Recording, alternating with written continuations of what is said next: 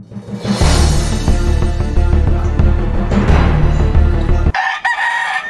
day mga bro, mga sis, mga ka-livestock. Time check 5:30 in the afternoon. Mga ka-livestock, if you can observe dito sa likuran ko, meron din akong manok panabong mga ka-livestock. Ayan po, meron din tayong manok panabong. Marami ako mga babaeng manok panabong, pinikit ko lang. Kasi dati mga ka-livestock, nag-invest din ako dito. Pero napag-isip-isip ko mga ka-livestock, nung dumami na yung production ko, syempre, maliit lang yung area ko. So, tinigil ko muna mga ka-livestock, tininto ko kasi magiging lampa na din yung mga palabas ko dahil maliit lang yung area. At saka, prone sila sa iba't ibang klase ng sakit mga ka-livestock dahil sa maliit na area. Kaya kahit anong bakunang gagawin ko, papasukan pa rin ng sakit dahil crowded na sila. Tsaka mga ka-livestock, magiging lampa din yung mga manok natin, yung mga panabong natin pag maliit lang yung area, wala tayong range area. Kinukulong lang galing sa sisiw, tapos pag medyo tumanda na saka na-record, wala. Pero nagpe-perform din naman sa pit ng ka-livestock. Maganda rin naman yung record natin. Kaya napag-isip-isip ko, ihinto ko yun. Tsaka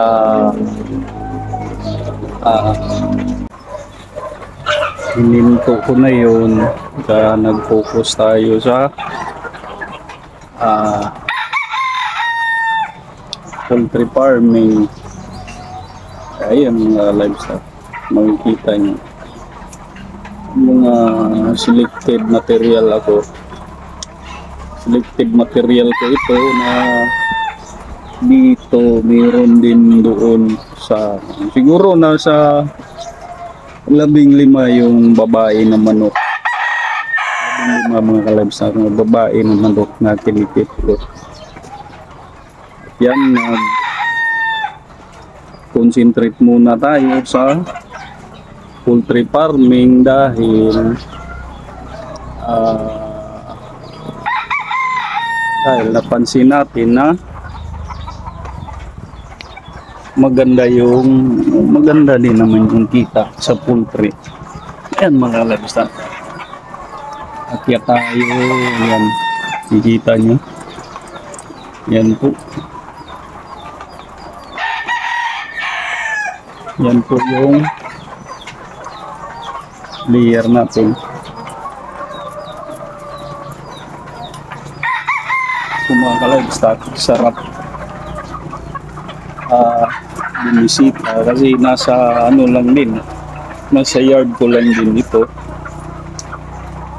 Saka ganyan, medyo may katandaan na kasi ito mga ka-livestock, yung chicken layer ko medyo matanda na, kaya yan po. Kung mapapansin nyo, medyo may katandaan na sila.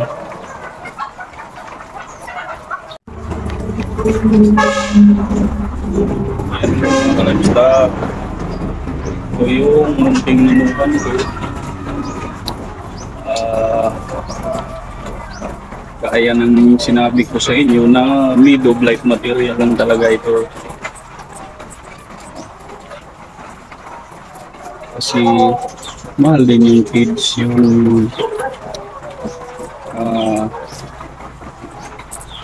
ano tawag sa feeds na yun, yung still feeds na mahal kasi yung mga ka-livestock. Kaya minamaximize lang natin yung budget natin para dito.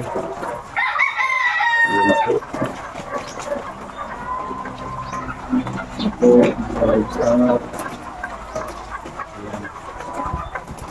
Ayan sila. Hapon ngayon. So, gusto silang kumain.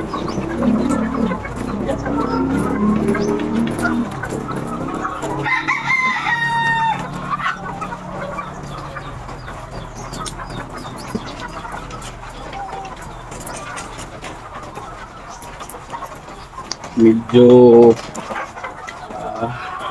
malapit na rin ito. Yung iba dito mga ka-livestock, kinakal ko na. Kinakal na yung iba. Ang pamamaraan ko sa pagkal, ano ito, inoobserbahan bawat pin, nire-record yan. Pag-pick up ng itlog, nire-record yan. Tapos kung ilan na lang yung itlog sa pin na to, doon hihimayin ko yung layer kasi malalaman ko pag hindi na siya nag-itlog. Yan mga ka-livestock, yung hindi madumi yung puwit, yan, hindi na yan nag-itlog mga ka-livestock, kain na lang yan ng kain. Pero yung mga madudumi pa yung puwit, nag-itlog pa yan. Yan kasi mga ka-livestock, kasi may parang lumalabas kasi every time na mag-itlog sila, may lumalabas na parang plema o parang sipon na parang malagkit. Kaya parang nagkakadumi yung puwitan. Ayan po. So mga livestock dito, para din nawalan ako ng gana dito kasi gusto ko sanang mag-grow out mga livestock. Kaso lang mahirap tayong kumuha ng DOP. Ano ba yung tawag sa DOP? Yung di-old pullets, yung mga sisiw ba? Kasi mas makakatipid tayo pag tayo yung mag-grow out.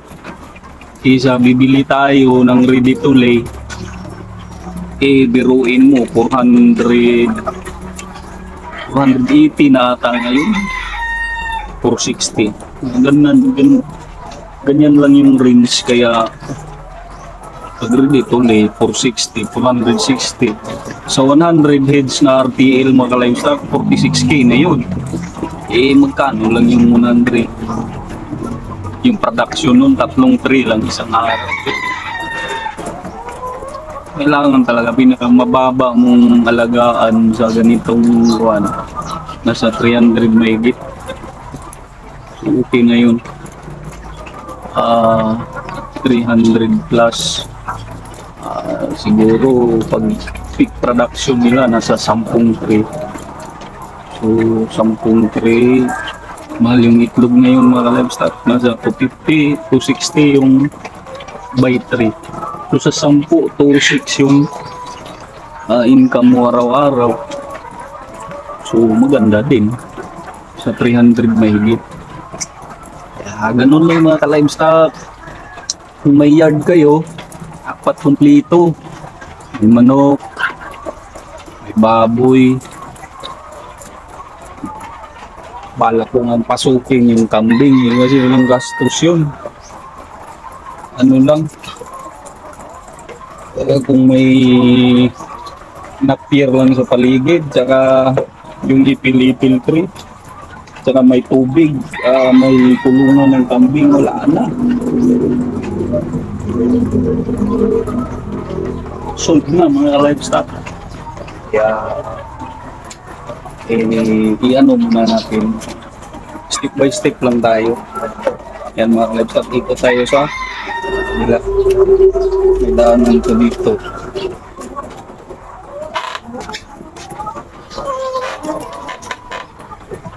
Yun. Yan po mga livestock.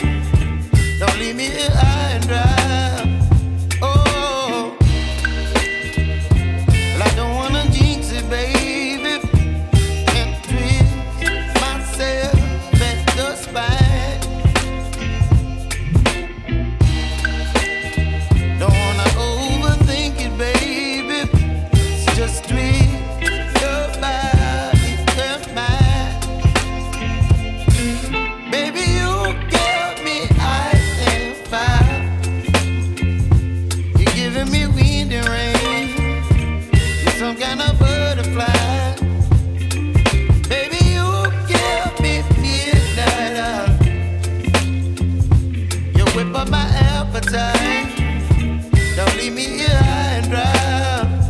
Oh, but I don't wanna jinx it, baby. Let's not get ahead of my time. Oh, but I don't wanna miss you, baby. So I stand up and speak just my mind. Oh,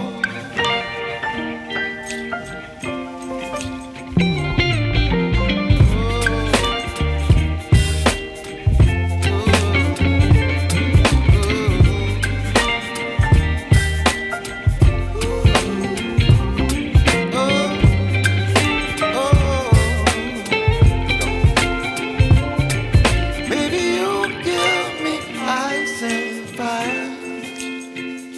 You're chilling wind and rain. You're some kind of butterfly. Baby, you give me midnight. You whip up my appetite. Don't leave me here high and dry. Baby, you give me ice and fire. You're channeling wind and rain. You're some kind of butterfly. Baby, you give me midnight. You whip up my appetite. Don't leave me here high and dry. Oh, oh, oh,